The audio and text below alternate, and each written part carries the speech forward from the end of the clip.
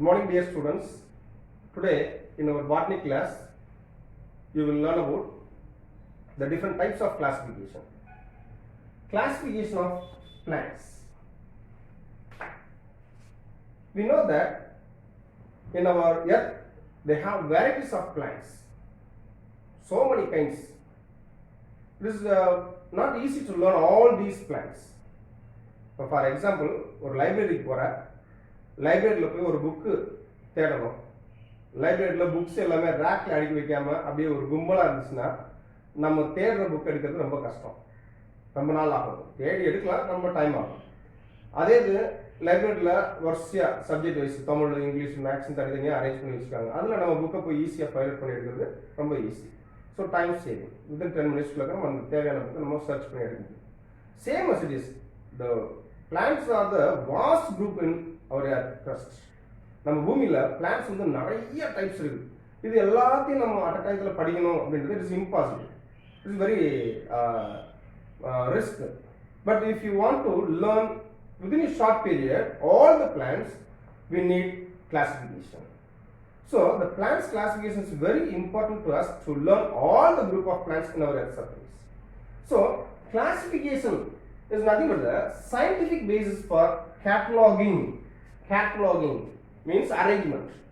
இப்போ நம்ம ஒரு ஹோட்டலுக்கு போனால் மெனு கேட்குறோம், கேட்லாக் என்னென்ன இந்த புக், இந்த லைப்ரரியில் என்னென்ன புக் இருக்குது அப்படின்னு ஒரு கேட்லாக் கேட்குறோம்.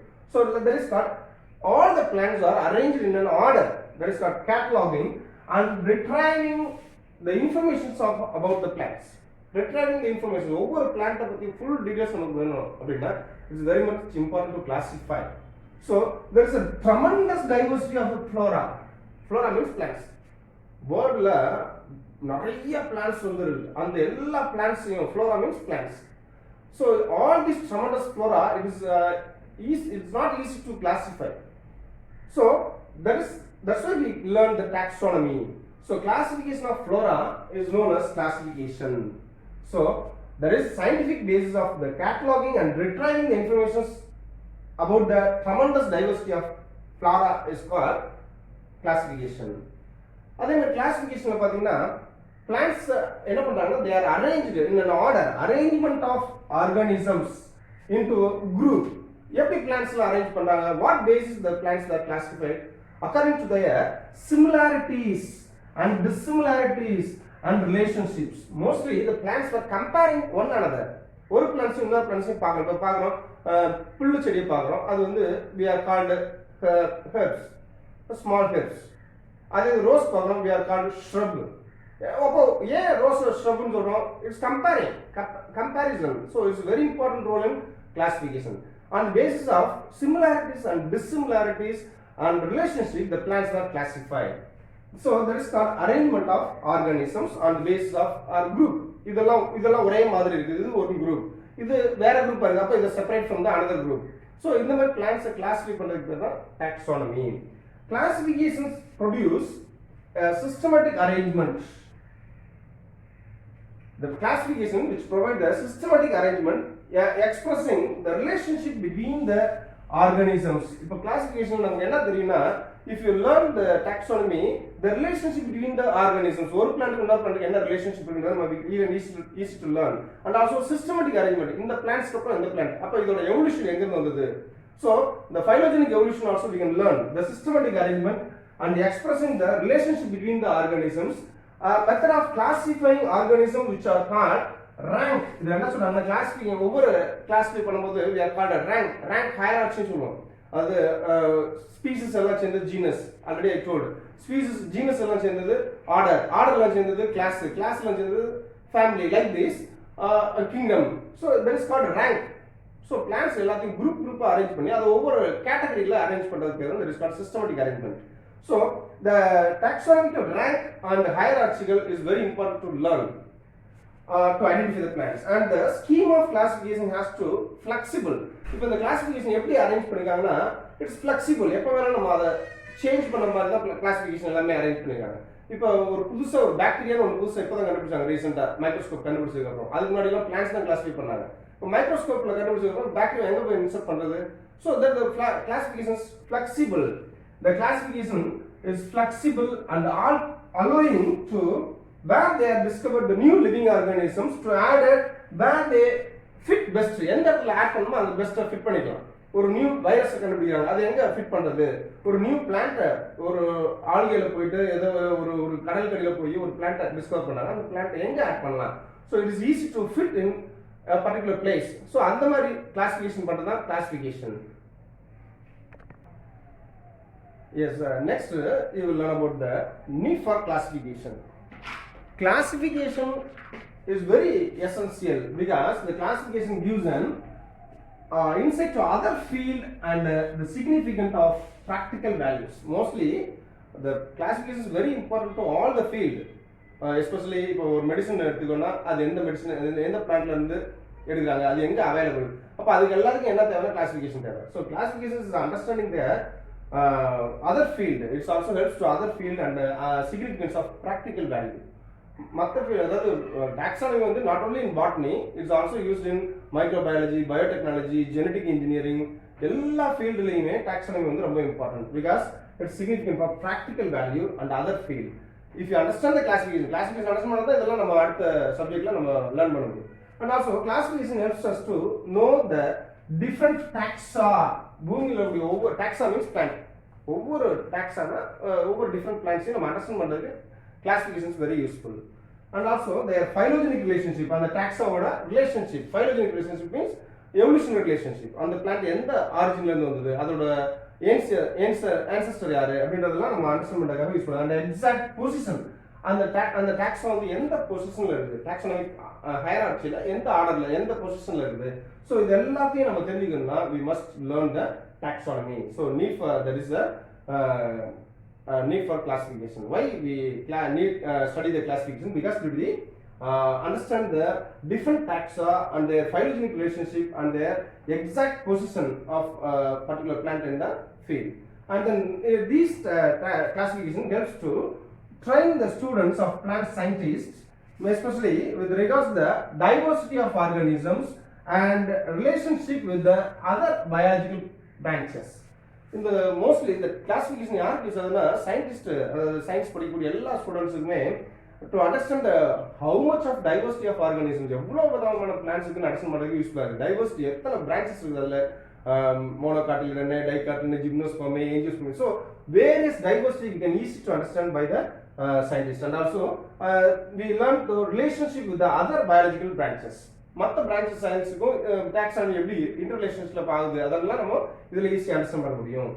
So this very very important 3 mark questions.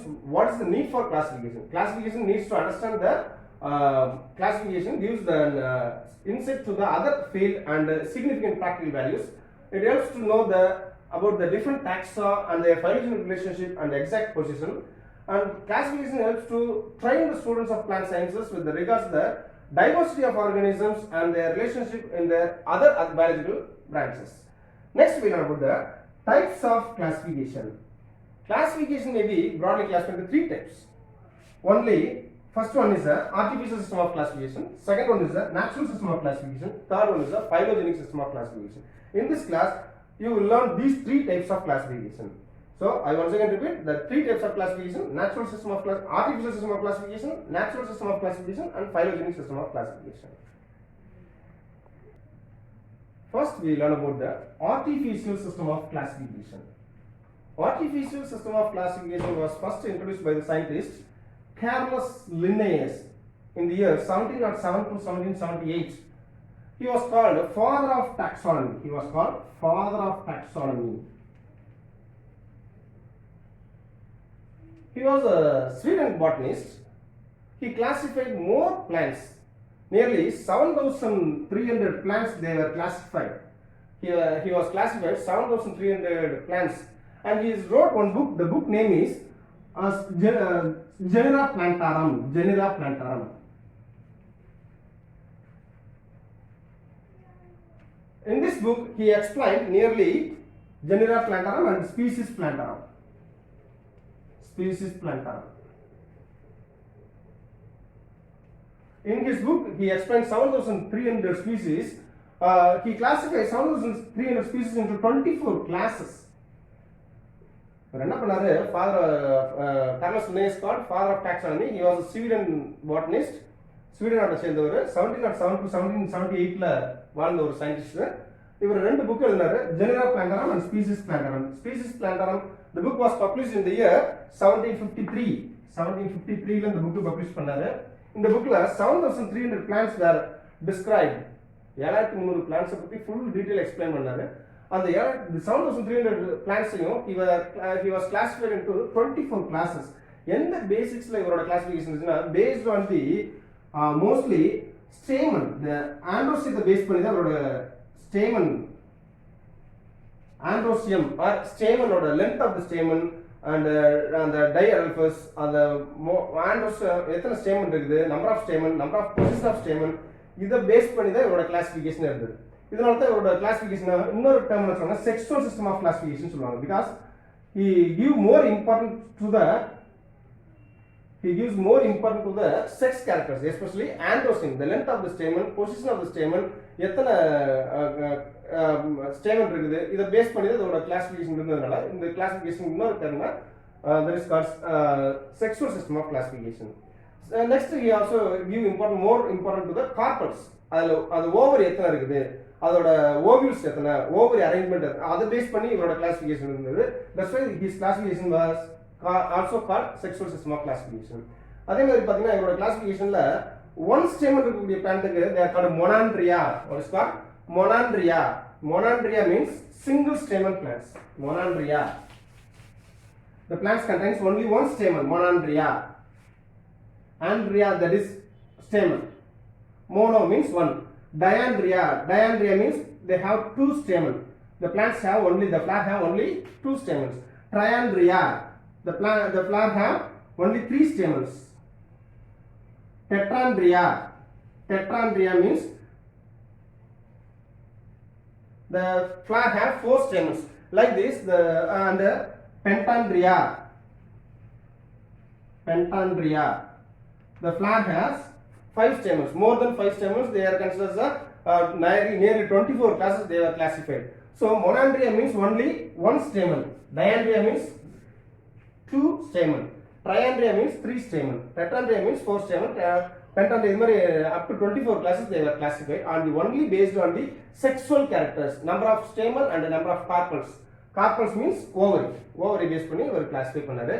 இவரோட கிளாசிஃபிகேஷன் வந்து ரொம்ப நாள் மக்கள் ஃபாலோ பண்ணாங்க. After his Carolus Linnaeus death, அவர் இறந்து 100 வருஷத்துக்கு இந்த சிஸ்டம் தான் கிளாசிஃபிகேஷன் சிஸ்டமாக தான் ஃபாலோ பண்ணாங்க. ஏன்னா இது வந்து ரொம்ப ஈஸியாக இருந்தது, மக்களுக்கு ஈஸியாக அண்டர்ஸ்டாண்ட் பண்ணி ஃபாலோ பண்ணுறதுக்கு ரொம்ப ஈஸியாக இருந்தது. அதனால after his death of Carolus Linnaeus the system of classification followed more than 100 years. ஆனால் இதுலேயும் சில டிஃபெக்ட் இருந்தது. இந்த சிஸ்டம் வந்து not continuously we followed up to still இப்போ வரைக்கும் நம்ம இதை ஃபாலோ பண்ணுறது. ஏன்னா this system of classification has more defect or some disadvantages of this system of classification. First பார்த்தோம்னா இவரோட கிளாசிஃபிகேஷன் இவர் நிறைய மிஸ்டேக்ஸ் பண்ணியிருந்தார். அதனால இவரோட சிஸ்டம் ஆஃப் கிளாசிஃபிகேஷன் ரொம்ப நாள் அடுத்த சிஸ்டம் ஆஃப் கிளாசிஃபிகேஷன் வர வரைக்கும் இதை ஃபாலோ பண்ணாங்க. அதுக்கடுத்து இவரோட கிளாசிஃபிகேஷன் மக்கள் வந்து ஃபாலோ பண்ணல. ஏன்னு கேட்டீங்கன்னா ஃபார் எக்ஸாம்பிள் ஜிஞ்சிபரேசியே அப்படின்னு ஒரு ஃபேமிலி இருக்கு. ஜிஞ்சிபரேசியே இஸ் அ மோனோகாட்டிலிடன். என்ன பிளான்ட், என்ன family is comes under the monocot. Monocot தெரியும் நமக்கு. they have only one cartilage. See, have only one cartilage. அதே மாதிரி அனகார்டியேசின்னு ஒரு ஃபேமிலி இருக்கு. அனகார்டியேசியே, இந்த அனகார்டியேசியே இஸ் a dicot plant. இது dicot plant. ஆனா இவர் என்ன பண்றாரு, monocot dicot totally different plants. மோனோகாட்ன்றது ஃபைபர் ஃபுட் சிஸ்டம் இருக்கும், டைகாட்ன்றது டேப்வுட் சிஸ்டம் இருக்கும். மோனோகாட்ல வந்து லீஃப்ல ரெட்டிகுலேட் வெனினேஷன் இருக்கும், டைகாட்ல வந்து மோனோகாட்ல லீஃப்ல பேரலல் வெனினேஷன் இருக்கும், டைகாட்ல லீஃப்ல reticulate வெனினேஷன். So totally unrelated plants, but he kept in a single group, monandria. இவர் என்ன பண்றாரு, இந்த ரெண்டு பிளான்ட்டுக்கும் ஒரே ஒரு ஸ்டேமன் தான் இருக்கு. அதனால இவர் என்ன பண்றாரு, he considers a single group, monandria, because of the presence of only one stamen, but it is totally unrelated plants. Gingiberraceன்றது மோனோகாட், அனகார்டியேசின்றது dicot. Due to the presence of one stamen, these two groups kept in a single group, monandria, because of the presence of only one stamen. இது இவர் பண்ண mistake. Then one more disadvantage என்னன்னு பாத்தீங்கன்னா, cactus and pinus இது ரெண்டு ஒரே குரூப்ல வச்சிட்டாரு. பைனஸும் கேக்டஸும் வேற ஒரு குரூப். அது என்ன பண்றாரு, he kept in a single group. Pinus and the cactus. They are totally unrelated plants, but he kept in a single group. So இது மாதிரி இன்னொரு மிஸ்டேக் பண்ணாரு. இன்னொரு மிஸ்டேக் என்ன பண்ணாருன்னா, இவரோட கிளாசிஃபிகேஷன்ல does not give more importance to other characters. அது நேச்சுரலா அது எங்க வளருது, அதோட ரூட் சிஸ்டம் என்ன, அதோட வெஜிடேட்டிவ் growth என்ன, இதுக்கெல்லாம் அவர் இம்பார்ட்டன்ட்டே கொடுக்கல. And also he does not follow the phylogeny system of classification. Phylogeny system of classificationக்கு இவர் இம்பார்ட்டன்ட் கொடுக்கல. ஸோ இதெல்லாம் இவரோட கிளாசிஃபிகேஷன்ல இருந்த டிஸ்அட்வான்டேஜஸ். அதனால இவரோட சிஸ்டம் ஆஃப் கிளாசிஃபிகேஷன் ரொம்ப நாள் ஃபாலோ பண்ண முடியல.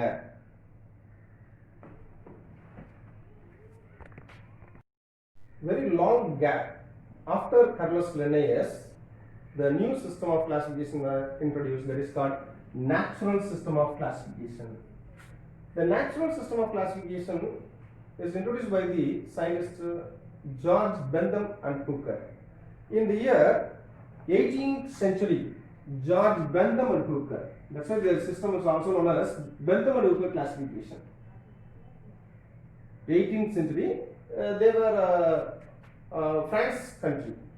France நாட்டில் இருந்த சயின்டிஸ்ட் ரெண்டு பேர், George Bentham and Joseph Dalton Hooker. in the year 1817 to 1911, they were classified the plants not only based on the single character. Carlos Linnaeus என்ன பண்ணாரு, ஃப்ளார்ல கூடிய ஸ்டேமனுக்கு மட்டும் தான் இம்பார்ட்டன்ட் கொடுத்தாரு. பட் திஸ் கிளாசிஃபிகேஷன் இந்த ரெண்டு சயின்டிஸ்டும் Bentham and Joseph Dalton Hooker, இவங்க ரெண்டு பேரும் என்ன பண்ணாங்கன்னா, they were give more importance to the other characters, other floral characters like calyx, corolla and thalamus. Thalamus தெரியும், floral part feature and disc-like structure that is called thalamus. எல்லா floral parts உட்கார்ந்துக்கிற அந்த part இருக்கிறது தான் thalamus. Thalamusல இருந்து pedicel, stalk of the flower. So இந்த floral characters எல்லாம் base பண்ணி இவங்க கிளாசிஃபை பண்ணாங்க. So comparatively artificial system of classification and natural system of classification, natural system of classification is more important.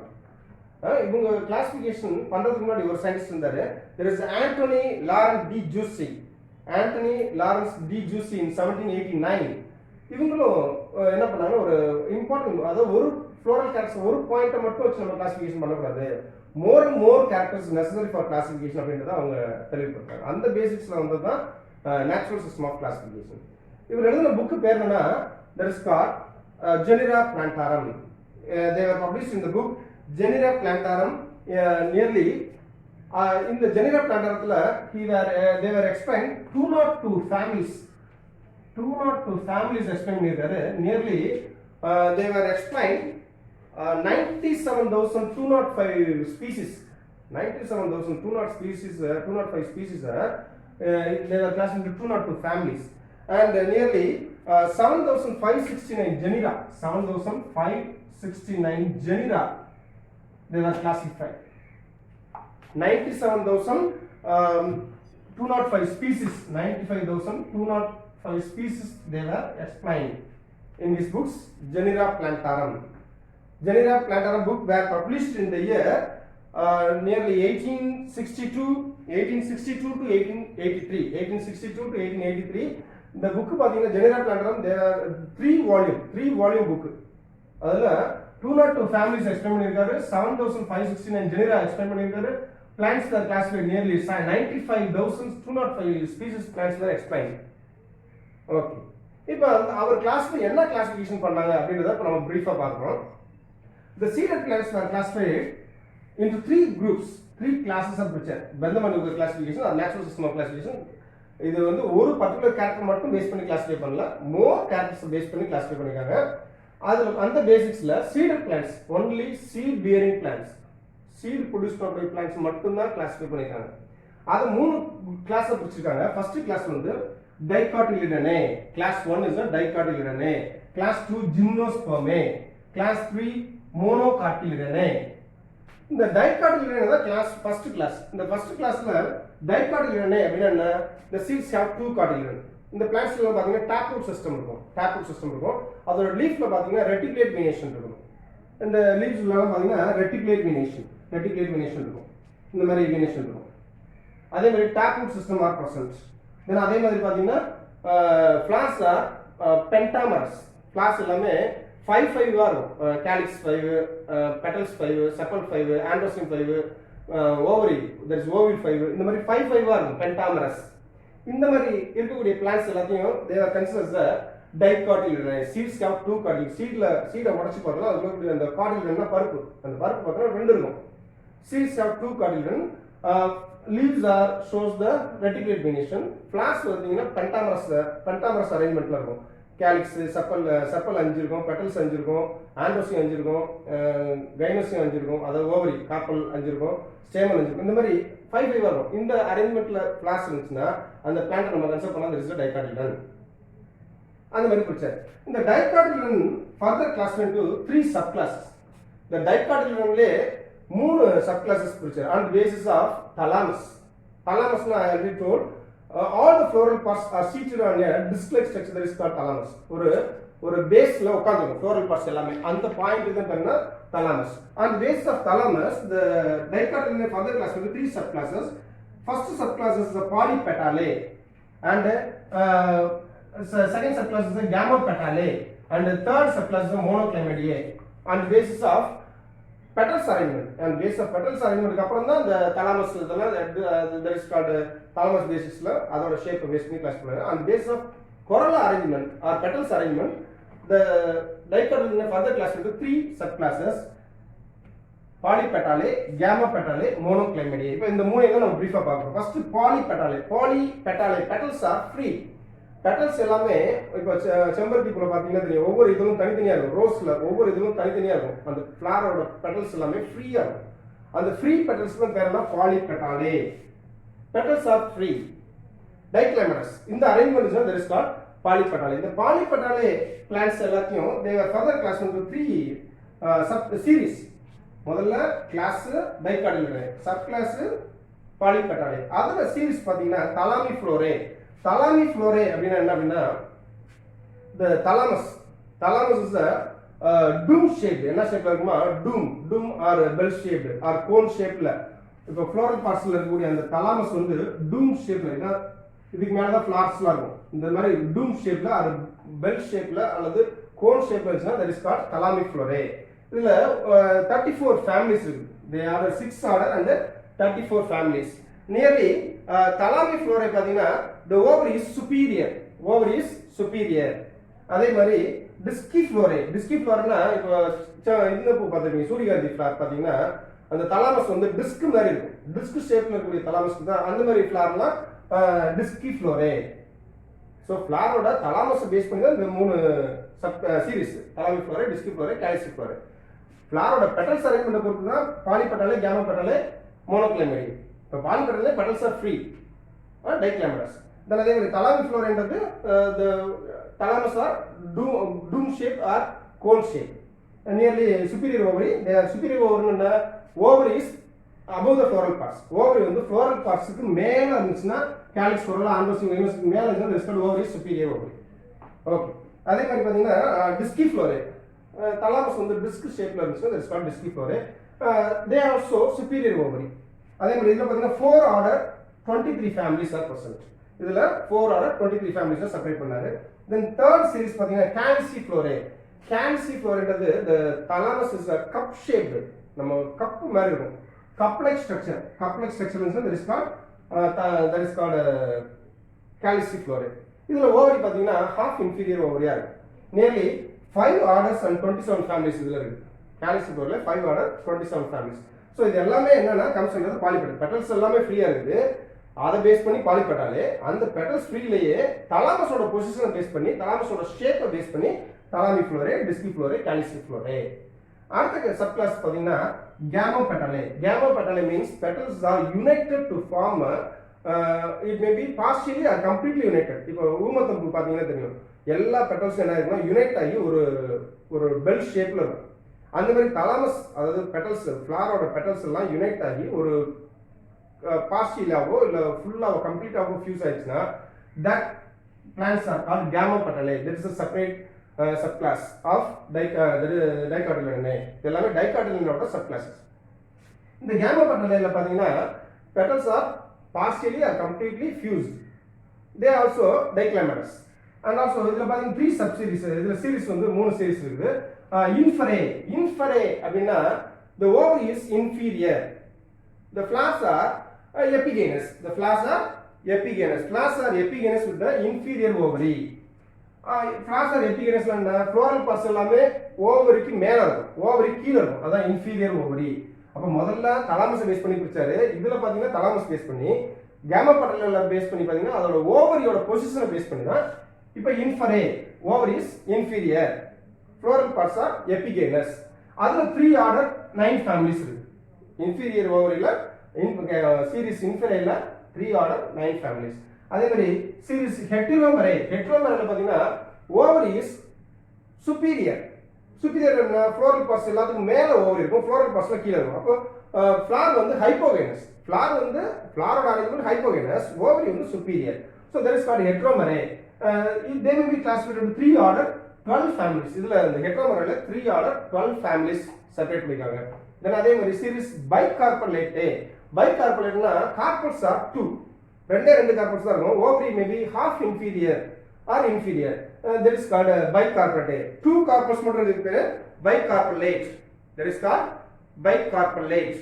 The flowers have hypogenous superior ovary with the bicarpellate. Hypogenous ovary, that is a superior ovary and bicarpellate, 2 carpels. இதுல பாத்தீங்கன்னா 4 orders and 24 families. They are classified into 4 orders and 24 families. So இது எல்லாமே எதை base பண்ணிச்சுன்னா ஓவரியோட பொசிஷனை base பண்ணி கேமா பட்டலிவர் further class வந்து 3 series. Next பாத்தீங்கன்னா sub clause 3 monoclymadiae. monoclymadiae means the petals and sepals are not distinguished. சில ஃபிளவர்ல பாத்தீங்கன்னா calyx corolla தனித்தனியா நம்ம டிஃபரன்ஷியேட் பண்ணி பார்க்க முடியாது. ஒன்னு ஃபியூஸ் ஆகி calyxும் corolla ஃபியூஸ் ஆகி கூடிய அந்த ஸ்ட்ரக்சருக்கு பேர் என்னன்னா that is called perion. What is called perion? perion means the calyx and corolla is not differentiated. They are united to form a similar structure. இல்ல சில இதுல flowers are incomplete.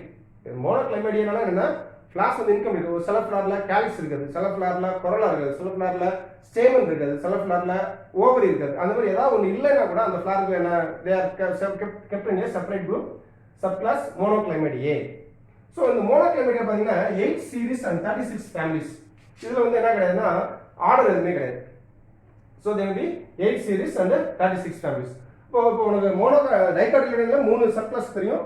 பாலிபெட்டலே petals are free, gamma petale petals are united, monoclymadiae calyx and corolla are not differentiated. petals sepals னு தனித்தனியா தெரியாது, எல்லாம் unit ஆயிருக்கு. இல்ல floral parts are incomplete flower. That is called monoclymadiae. Next பாத்தீங்கன்னா class 2 serial plants. next class என்னன்னா gymnospermae. gymnospermae means naked seed bearing plants. நம்ம பாத்துறோம் seeds எல்லாமே எங்க தான் இருக்கும், ஃப்ரூட்ஸ் குள்ள தான் இருக்கும். டைரக்டா பிளான்ட்லயே சீட் ப்ரொடியூஸ் பண்ணி பாத்துக்கீங்களா, ஃப்ரூட்டே இருக்காது, டைரக்டா சீடே தொங்கும். அந்த பிளான்ட் தான் பேர் ஜிம்னோஸ்பர்மே. ஃபார் எக்ஸாம்பிள் இந்த சவுக்கு மரம்னு சொல்லுவாங்க, சைப்ரஸ். அந்த சவுக்கு மரத்துல பாத்தீங்கன்னா சீடு உத்ராட்ச கொட்டை மாதிரி, உத்ராட்ச கொட்டையே ஜிம்னோஸ்பர்ம் தான், சீடு வந்து வெளியில தொங்கும். பைனஸ் மரத்துல பார்க்கலாம், கோன் போனா தொங்கும். அந்த மாதிரி பிளான்ட் எல்லாம் என்ன சொல்றோம்னா naked seed bearing plants. They are considered as a separate group gymnospermae. ஏன்னா இதுல ஓவரி இஸ் ஆப்சன்ட். ஃப்ளவர் வந்து பாத்தீங்கன்னா ஓவரி இருக்காது, டைரக்ட்லி ஓவில் டெவலப்ஸ் இன்டு சீட். அதனால தான் என்ன பண்ணணும் ஜிம்னோ means naked, seed sperma means seed. naked seed bearing plants are called gymnospermae. அதுல பாத்தீங்கன்னா 3 families இருக்கு. Neetaceae, G வந்து silent, Neetaceae, Coniferae, Cycadaceae. Neetaceae, Coniferae, Cycadaceae.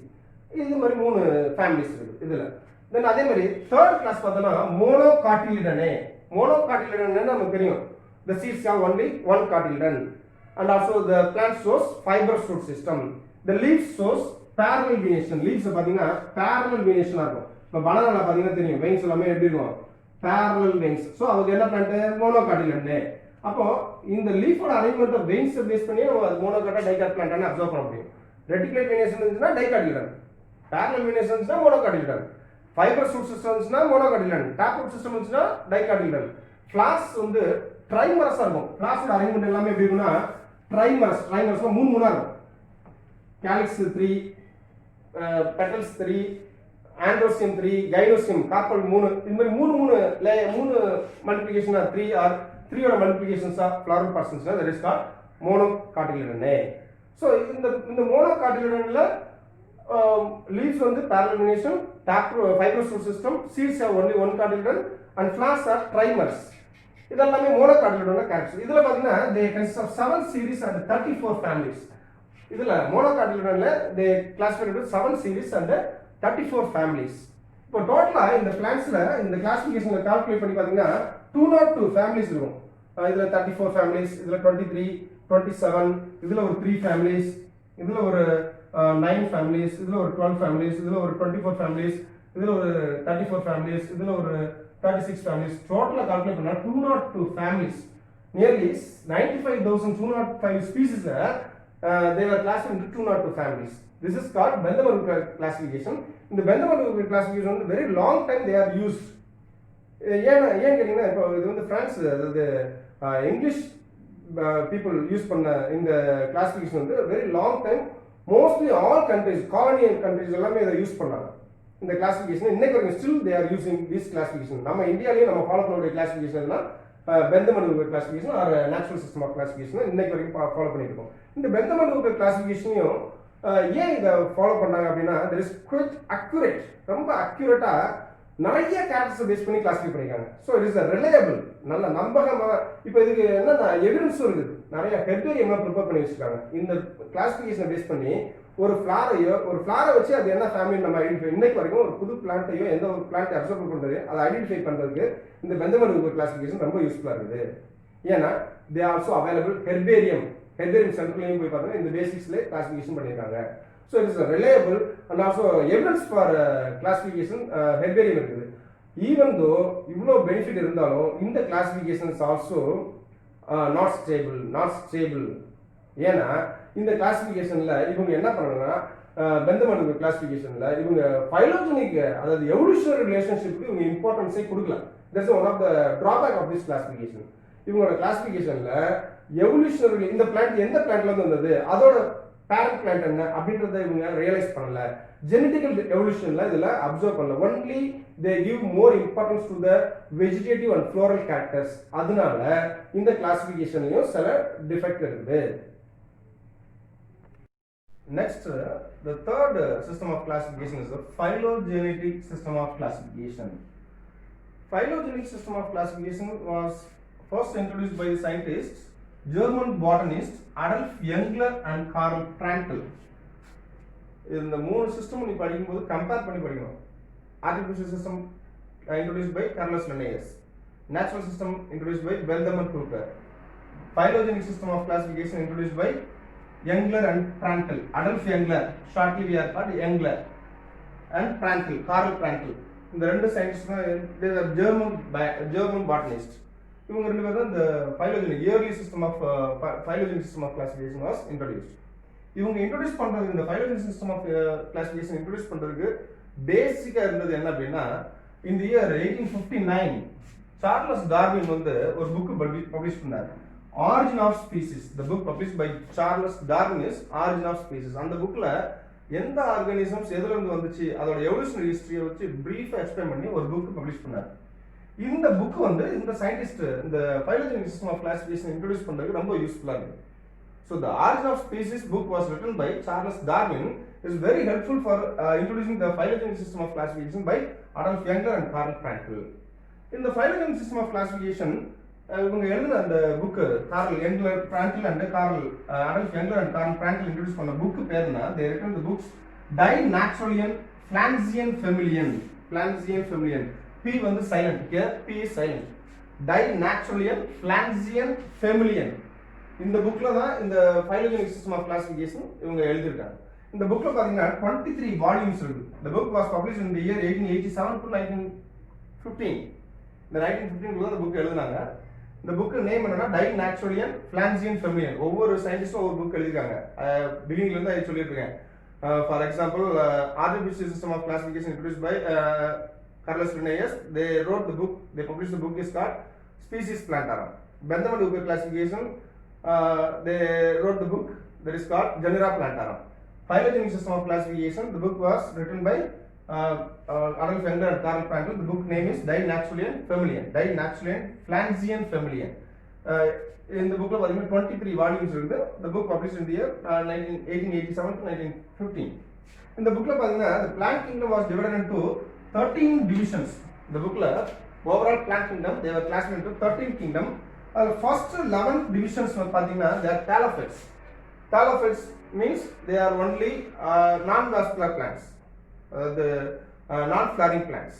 இந்த plants தான் இருந்தது. First 11 divisions பார்த்தீங்கன்னா only they have the thallophytes. The 12th divisions is the embryophyta. 12th divisions தான் seeded plants வருது. From the 12th divisions onwards, embryophyta. There is there is called Asyphonogamma. Asyphonogamma means there is non-seeded plants. Embryophyta தான் non-seeded plants. Asyphonogamma ன்னு பார்த்தீங்கன்னா Bryophyta, Pteridophyta, they are called Asyphonogamma. And the 13th divisions ல இருந்து தான் என்ன வருதுன்னா Embryophyta, that is the seeded plants. There is a pollen tube formation. இதெல்லாம் இதுல பார்க்கலாம். ஆனா Asyphonogamma ல pollen tube லாம் embryo இருக்கும், but pollen tube is not involved. But in Embryophyta, there is a 13th division. Pollen tube and embryo is involved in fertilization. So there is the Embryophyta. There is also known as Siphonogamma. இந்த மாதிரி கிளாசிஃபிகேஷனை 13th, that is the 13th division classify பண்ணதா எதுனா phylogenetic system of classification is based on the evolutionary relationship. ஒவ்வொரு ஆர்கானிசமும் அதோட முந்தைய என்ன அப்படின்றத analyse பண்ணி ஃபாலோ பண்ண சிஸ்டம் தான் phylogenetic system of classification. Next, Arthur Cronquist system of classification. This is also one of the phylogenetic system of classification. The early system of phylogenetic system of classification was introduced by Carl Engler and Prandtl. Adolf Engler and Carl Prandtl. There is a later Arthur Cronquist system of classification is also one of the phylogenetic system of classification. Arthur Cronquist is in 1919 to 1992. He was an American taxonomist. He was classified all the flowering plants on the basis of phylogenetic relationship or evolutionary relationship. Mostly in this classification, he classified all the plants in wide range of taxonomic characters. It's a phytochemical taxonomic, phytochemical characters, anatomical evolution. All these are analyzed in this classification. Evolution is this 1968. He published one book. That book name is The Evolution and Classification of Flowering Plants. That is the title of the book. The Evolution and Classification of Flowering Plants. In the book la da ivar the Cronquist system of classification, Arthur Cronquist system of classification was written in this book, The Evolution and Classification of Flowering Plants. In this classification, based on the principles of phylogeny, mostly in the classification எதை base பண்ணி anatomical character இருக்கட்டும், there is a phytochemical character இருக்கட்டும், எல்லாமே எதை base பண்ணிருந்துச்சுன்னா அதோட evolutionary relationship base பண்ணி தான் இருந்தது. So based on the principles of phylogeny னா evolutionary, எந்த ஆர்கானிசம் எதுல இருந்து வந்தது, அந்த ஆர்கானிசம் எதுல இருந்து வந்தது, இந்த மாதிரி ரிலேஷன்ஷிப் பேஸ் பண்ணி கிளாசிஃபை பண்ணாங்க. And also the angiosperms into இவரோட கிளாசிஃபிகேஷன்ல flowering plants, that is angiosperms classified into two classes, two main classes. One is called Megnolepsida and another one is called Liliopsida. Megnolepsida is nothing but a dicotyledon. Megnolepsida ன்றது ஒண்ணும் கிடையாது, dicot plants. Dicotyledon plants தான் Megnolepsida அப்படின ஒரு கிளாஸஸ்ல பிரிச்சாரு. இன்னொரு class என்ன Liliopsida, that is nothing but a monocotyledons. That is a monocotyledons. Megnolepsida பார்த்தா all the plants, nearly 1,65,000 species they were explained in these books. 1,65,000 species of dicot plants Megnolepsida ன்ற குரூப்ல class இவர் வந்து explain பண்ணிருக்காரு. அந்த 1,65,000 species he was classified into 6 subclasses and 64 orders and 320 families. நம்ம பார்த்தோம் கந்தமடுகு கிளாசிஃபிகேஷன்ல 202 families டோட்டலா.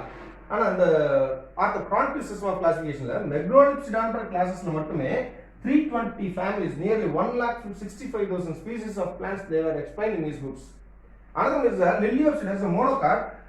Nearly 50,000 species of plants, monocot plants they were explained. 50,000 plants were explained பண்ணிருக்காரு. அது வந்து 5 subclasses ஆவும் 19 order ஆவும் 66 families ஆவும் classify பண்ணிருக்காரு. 5 subclasses, 19 order and 66 families 50,000 species of plants they were classified. Even though இவரோட system of classification not persisted for long time, நம்மளால இவரோட classification people use பண்ணல. ஏன் கேட்டா this system of classification mostly related to the phylogenic evolution. அது காம்ப்ளிகேட்டடா இருந்துச்சு. phylogenic system of classification வந்து ரொம்ப complicated and also identification பண்றது ரொம்ப difficult. ஒரு பிளான்ட் இந்த சிஸ்டம் ஆஃப் கிளாசிஃபிகேஷன்ல ஐடென்டிஃபிகேஷன் பண்றது ரொம்ப டிஃபிகல்ட் இருக்கு. ஏன்னா இவரோட கிளாசிஃபிகேஷன்ல ஹெர்பேரியம் ப்ரிப்பரேஷனே கிடையாது.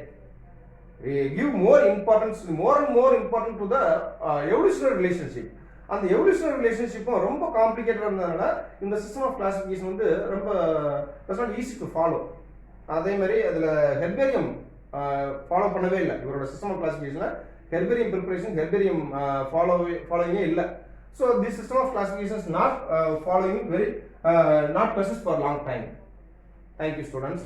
இந்த டாபிக்ல உங்களுக்கு ஏதாவது டவுட் இருந்துச்சுன்னா மோஸ்ட்லி இந்த system of classification taxonomy types of கிளாசிஃபிகேஷனாலே கம்பேரிசன் பண்ணி படிங்க. ஒவ்வொரு கிளாசிஃபிகேஷனையும் artificial system of classification, natural system of classification, phylogenic system of classification, அதில் earlier phylogenic system of classification Karl Engler, Adolf Engler and curl பிராண்டில், later phylogenetic system of classification or Cronquist system of classification. இது நாளையுமே ஒரு tablet காலம் போட்டு ஒண்ணே compare பண்ணி படிச்சேன்னா உங்களுக்கு ஈஸியா மைண்ட்ல நிக்கும்.